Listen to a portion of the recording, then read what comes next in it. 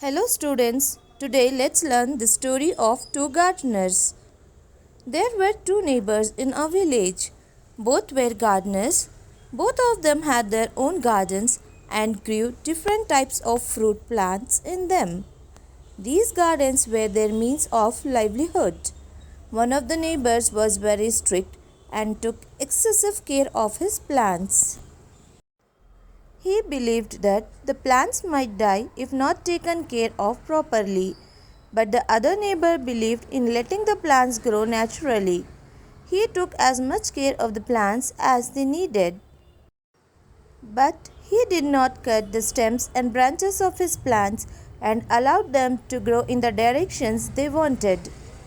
One evening, a very severe storm came, causing heavy rain. The storm destroyed many plants. The next morning, when the strict neighbor woke up, he found all his plants uprooted and ruined. Meanwhile, when the other neighbor woke up, he found that his plants were still firmly planted in the soil despite the storm.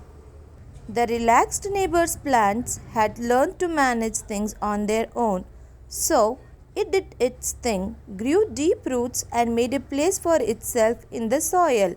Thus, it stood firm even in the storm, whereas the strict neighbor took extra care of his plants.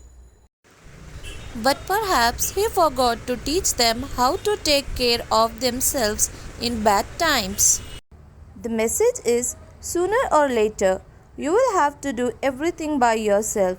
Unless parents stop being too strict, one cannot learn to act according to one's own understanding. Hope you understand the moral of this story.